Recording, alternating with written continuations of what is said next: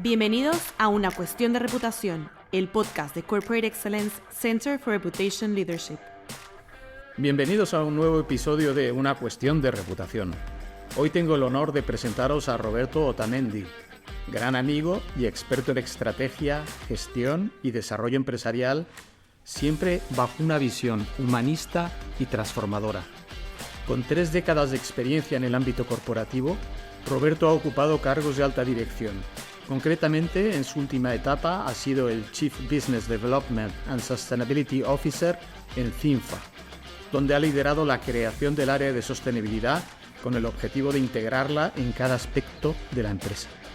Su profunda comprensión de cómo una mirada integral de los negocios, una cultura humanista y la conexión consciente con uno mismo pueden conducir a la prosperidad y durabilidad empresarial, y esto le ha llevado a asesorar a CEOs y comités de dirección. También es autor del libro El Club de los Directivos Inquietos.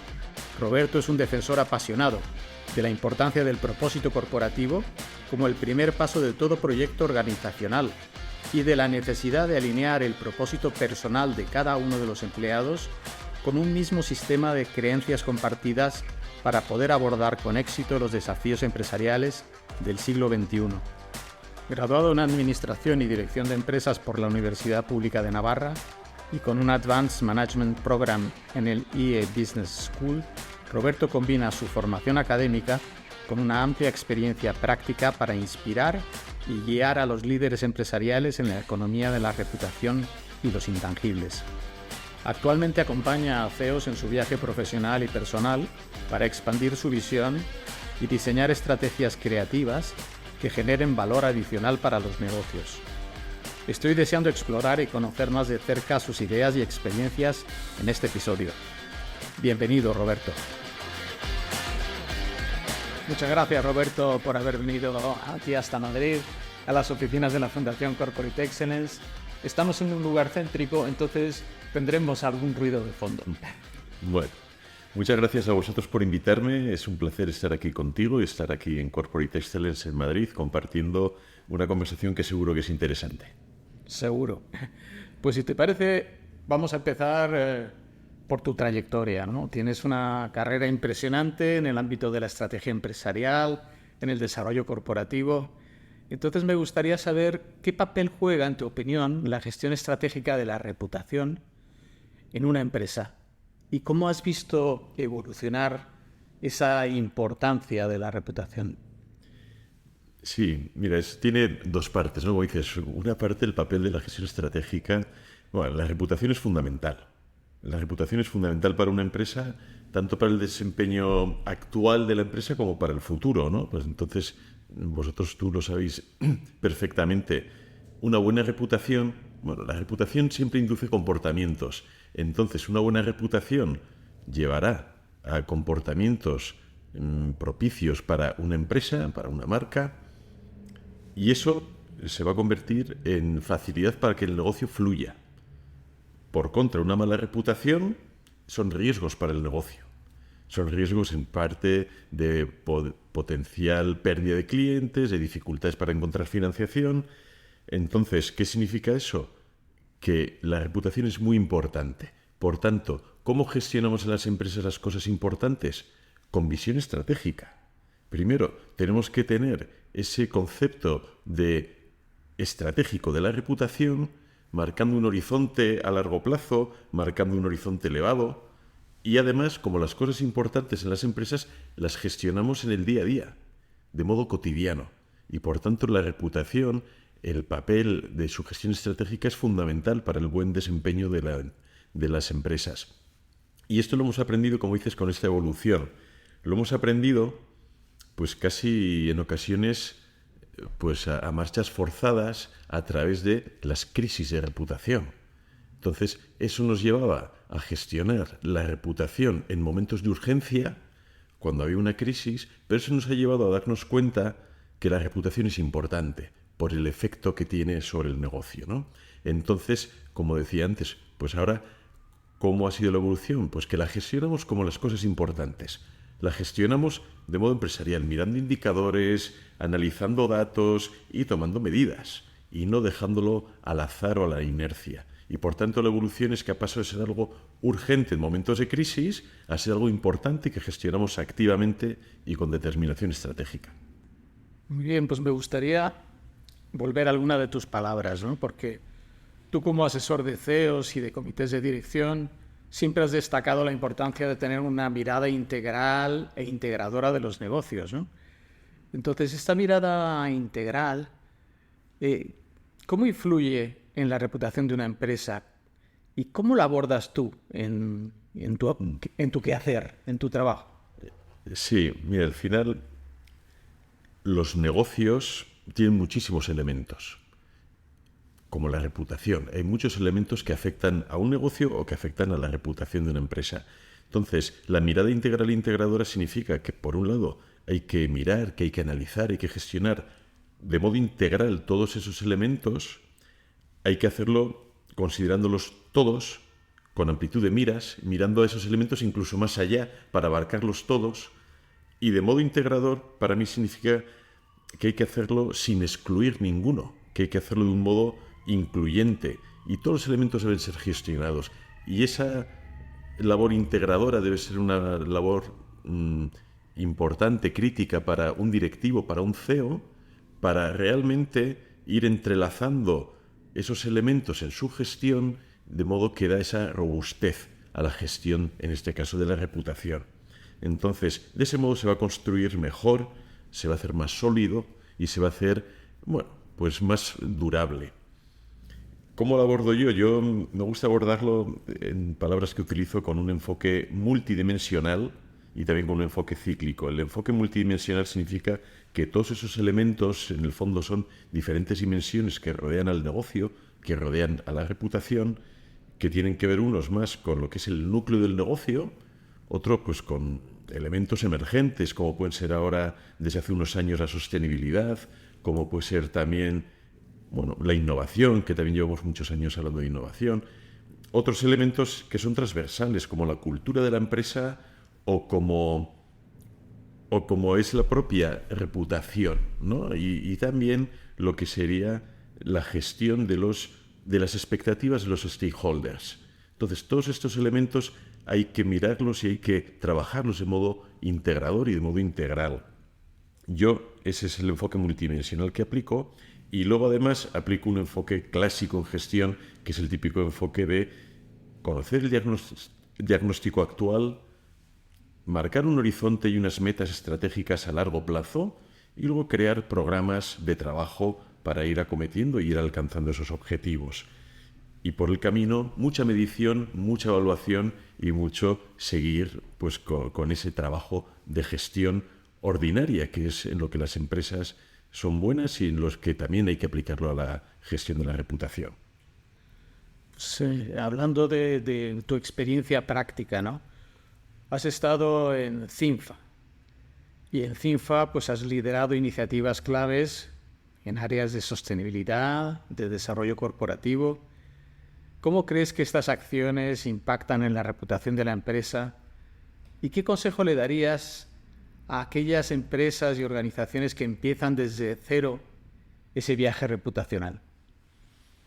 Sí, mira, yo he estado 18 maravillosos años trabajando en CINFA. Es una empresa maravillosa y bueno, que tiene iniciativas maravillosas. La primera de ellas es su propia actividad.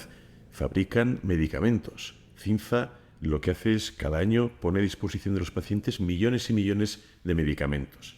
Y esto lo pongo en valor porque las iniciativas tienen que estar en consonancia y tienen que estar entroncadas con el negocio de la empresa.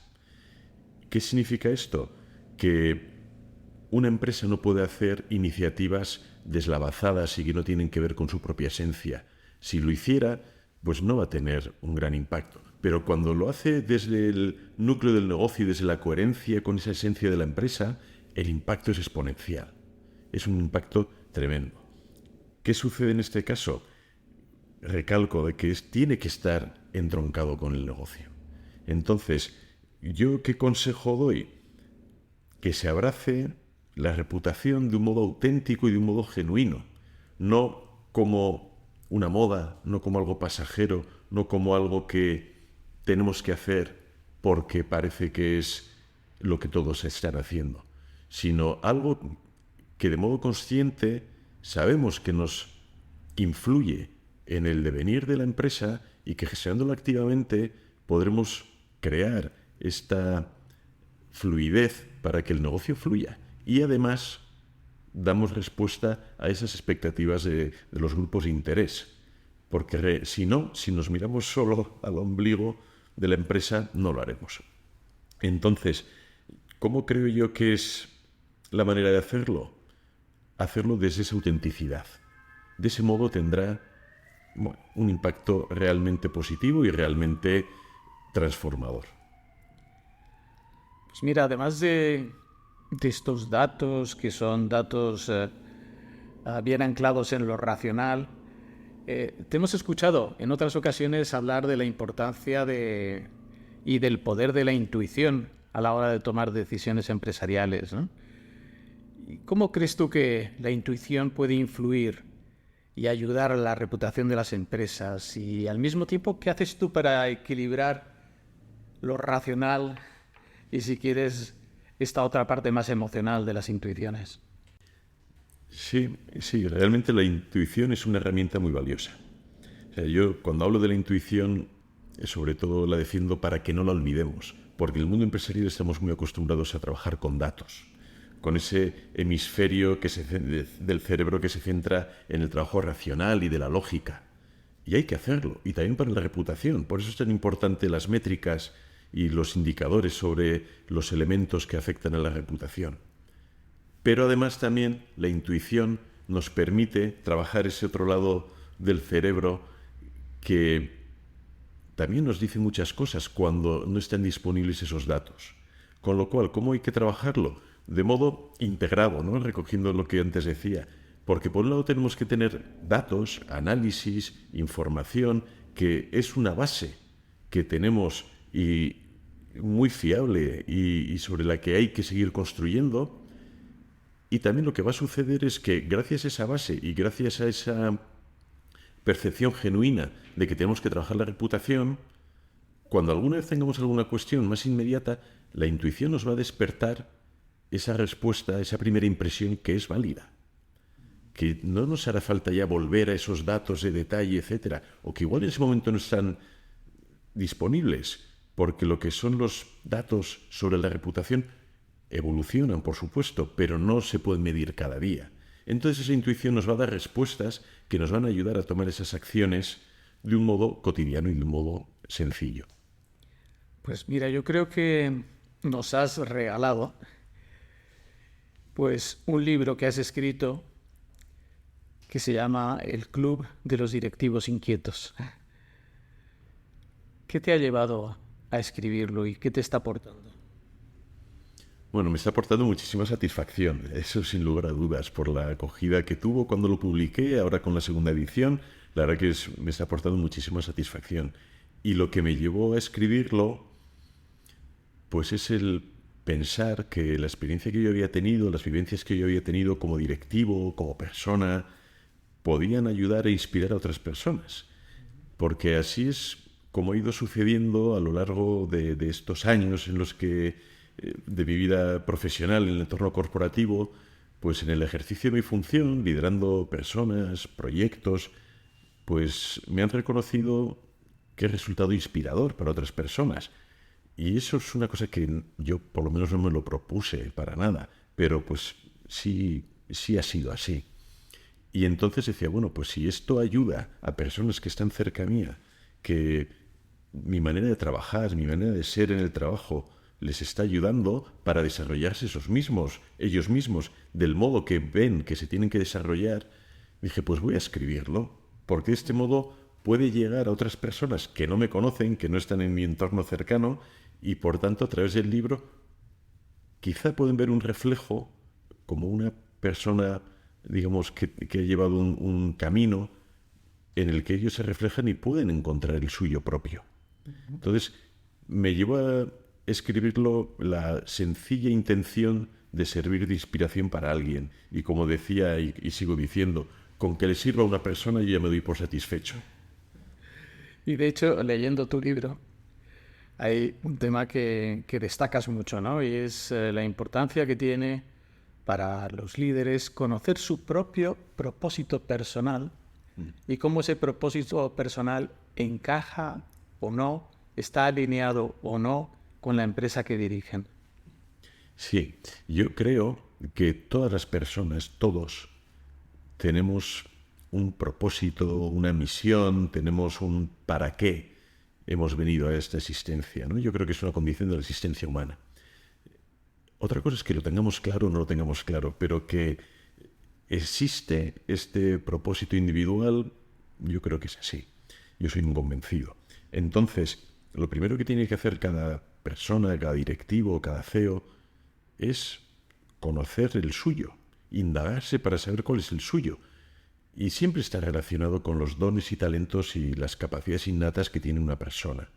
Entonces, este propósito individual es la manera en que desplegamos y ponemos en ejercicio esos talentos propios.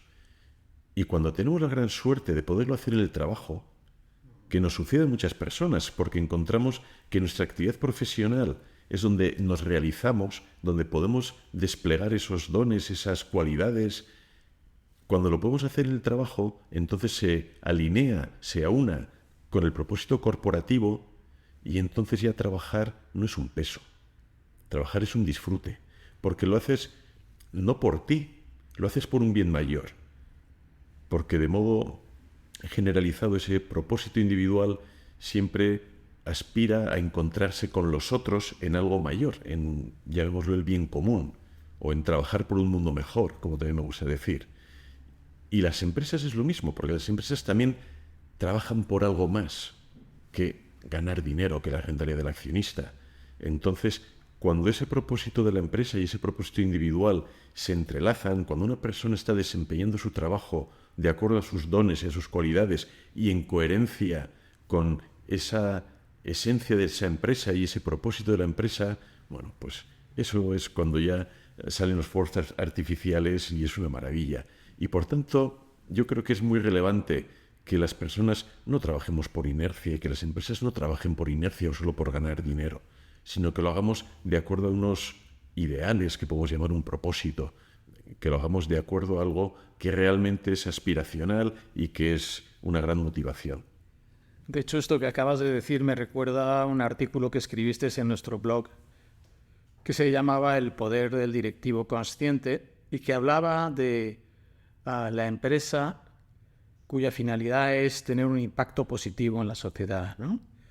Entonces, ¿cuáles crees que son los principales desafíos que tienen las empresas y sus líderes a la hora de impulsar este tipo de liderazgo responsable y consciente? Sí, yo creo que el principal desafío es atreverse a evolucionar desde el paradigma de la rentabilidad del accionista como eje hegemónico de la actividad de una empresa, atreverse a salir de ahí, avanzar desde ahí y pasar a crear valor para todos y no solo para los accionistas, crear valor para todos los grupos de interés. Abrazar esa teoría de los stakeholders, decir, como empresa estamos aquí para dar respuesta a nuestros accionistas y a nuestros proveedores, a nuestros clientes, a nuestros empleados, al entorno en el que trabajamos, a la sociedad en general, al planeta en el que habitamos. Entonces, ese es el principal desafío. Y es un desafío que realmente hay empresas que están abordando de manera decidida, y hay muchos ejemplos, como movimientos como B Corp o como las inversiones de impacto que lidera Sir Ronald Cohen. Hay muchos movimientos de empresas que tienen una filosofía y que en su propio ADN ya han dado ese cambio y ya no trabajan solo para ganar dinero o para tener rentabilidad para el accionista, sino que trabajan para un fin mayor, que es dar respuesta a todos los grupos de interés. Entonces, ese atrevimiento es el gran desafío. Otro desafío también muy importante es la educación, porque para hacer esa transformación del contexto empresarial hay que refundar cómo educamos a los directivos, cómo educamos a los empleados, cómo educamos a la sociedad. y cómo, en el fondo, la manera en la que educamos y en la que aprendemos es a través de los ejemplos. Con lo cual el desafío también es tener esos referentes, esos ejemplos, esos espejos en los que quererte reflejar y a quienes admiras y quieres de algún modo igualar y quieres seguir y te pueden servir también de mentor y de guía. Y en este modelo de empresa que crea valor en el largo plazo, que crea valor de forma equilibrada para todos sus stakeholders, desde el punto de vista de cómo son percibidas y juzgadas por los consumidores y por los grupos de interés, ¿cuál es, desde tu punto de vista, la percepción que se está teniendo y el juicio que se está teniendo sobre ese modelo empresarial, hablando de consumidor y hablando de algún grupo de interés?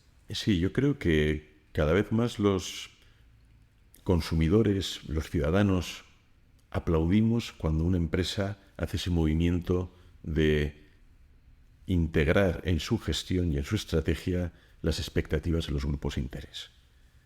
Y esto lo demuestra los estudios que vosotros nos hacéis conscientes de ellos, como el estudio de Edelman con el Trust Barometer, en el que vemos cómo los ciudadanos depositamos cada vez más confianza en las empresas como actores del cambio, como agentes del cambio, para que abordemos los retos globales que enfrentamos como sociedad, como tienen que ver con el cambio climático, las desigualdades sociales. Y esta influencia que las empresas pueden ejercer es valorada por los ciudadanos y es demandada. Entonces, los ciudadanos están reclamándonos a gritos, todavía a gritos no, pero casi, que las empresas aborden esta transformación de cómo entienden los negocios. ¿Y dónde estarían las dificultades? Sí, las dificultades es pues cambiar esta mentalidad, porque estamos arraigados en una cultura en la que las empresas desde hace muchos años, casi desde el origen, desde la revolución industrial, parecía que solo se tenían que dedicar a ganar dinero a costa de cualquier cosa, a cualquier precio. Y eso ha dejado un rastro pues muy triste y muy duro para la sociedad. Entonces, el desafío es cómo hacer ese cambio. Y para mí, cómo hacer ese cambio tiene que ver con la conciencia individual. Las personas, por un lado, somos ciudadanos y consumidores y además somos directivos o accionistas, porque en el fondo somos los mismos. Entonces, lo que demandamos como ciudadanos, también tenemos que dar respuesta como directivos. Porque las empresas en el fondo son grupos de personas que hacen cosas. Entonces, hay que ver que las empresas sí tienen que ganar dinero, pero no de cualquier manera. Y por tanto, lo que tienen que hacer es abrir esos canales para escuchar a esos grupos de interés, para escuchar a esos ciudadanos, para ver qué es lo que demandan y luego mirar más allá de ellos mismos como empresa y ver cómo le pueden dar respuesta. Dejarse de mirar al ombligo empresarial, como decía antes, para ver que forman parte de un entorno amplio en el que, así como una empresa necesita a la ciudadanía para sus servicios o para sus productos, la ciudadanía necesita a las empresas por eso, pero también por algo más, no solo por los productos, sino por el impacto que puede tener en la sociedad. Y en tu nueva etapa de asesor, de consultor, cuando acompañas a altos directivos en este viaje, ¿por dónde empiezas? ¿Cuáles son las claves, las recomendaciones de partida que utilizas y que funcionan? Mira, pues yo me gusta empezar por una frase que la escribí en el libro y desde entonces me acompaña, que es que en las empresas hay actividades para ganar dinero y también hay espacio para hacer cosas aún más grandes. ¿Eso qué significa? Que las empresas tienen que ir despertando y los directivos tienen que ir despertando. Entonces es el punto de partida. Ir siendo conscientes de que se puede hacer algo más. Y eso también me lleva a una frase clásica de Sócrates, filósofo clásico griego, que decía: solo sé que no sé nada. Y si se me permite también hacer como un cambio, ¿no? Ese solo que dice Sócrates, yo lo llevo a decir, solo no sé nada. Solo como individuo, como, digamos, con el ego, no sé nada. Tiene que ser no solo, sino en compañía, como colectivo, como sociedad. De ese modo sabré. Entonces, esa es la manera de dar respuesta y esa es la manera de ir haciendo el cambio. Sentirte que no estás aislado y no solo te debes responder a ti mismo, sino que eres parte de algo más y que solo no vas a ningún sitio. Tienes que ir con esta sociedad que te engloba, con este planeta en el que habitamos. ¿Qué claves son las que utilizo y las que me funcionan, que me preguntabas? Para mí las claves son preguntas. Y son preguntas porque las preguntas hacen que la empresa, el directivo, vaya tomando conciencia y vaya despertando un poco también esa inquietud propia que tiene. Y son preguntas como, por ejemplo, ¿cómo genero valor en la empresa? ¿Qué palancas tengo para generar valor? ¿Las estoy utilizando todas? ¿Estoy generando valor para todos o solo para unos pocos grupos de interés, como a veces son los accionistas? Preguntas que hablan sobre la propia esencia de la empresa, que cuestionan esa propia esencia y cómo desde ahí se puede dar respuesta. Porque, como decía, tiene que ir desde el núcleo del negocio. Y por tanto, preguntas como, ¿quiero transformar mi organización para que desde el negocio hagamos algo más? Entonces son preguntas que apelan a esta conciencia del directivo. Porque el directivo tiene poder en la empresa, que es lo que hablaba recientemente en el artículo que publiqué con vosotros. Tiene poder ese directivo y ese poder es posibilidad y es oportunidad. Y hay que utilizarlo para hacer algo positivo, para tener un buen impacto. Muy bien, Roberto, pues para ir terminando voy a utilizar también una pregunta. ¿Qué es para ti el éxito? El éxito. El éxito para mí es un viaje. Es algo que lo he pensado mucho precisamente cuando decidí dejar el entorno corporativo en Cinfa y empezar a trabajar como asesor para otros directivos, para CEOs. Para mí el éxito es un viaje, no es un destino, es un viaje. Y es un viaje, como comentaba antes, que va desde el quién soy yo y para qué estoy aquí, como hablaba antes. Es un viaje que va desde cuáles son mis capacidades, mis dones, mis talentos y qué quiero hacer con ellos. ¿Para qué estoy en esta existencia? ¿Cuál es mi propósito, ¿no? Entonces, para mí el éxito es eso, es ir caminando cada día pues por ese sendero. A mí que me gusta mucho la montaña, por eso digo que es un viaje, porque es como una ruta de montaña. No es el destino, no es hacer cima. Como montaña es ir y es volver. Y por tanto es disfrutar de toda la ruta. También de la cima, pero también de cada paso que das.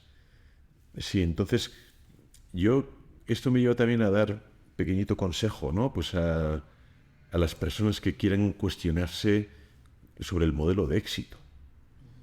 Un modelo de éxito que, como dice mi buen amigo Giuseppe Cavallo, que es un experto también, el éxito tiene que estar ligado a la identidad de la persona, tiene que estar ligado a su ambición, porque la ambición es positiva, ambición de impacto, por ejemplo, y tiene que estar ligado a ese legado, a esa huella que quiere dejar cada uno de nosotros en la sociedad.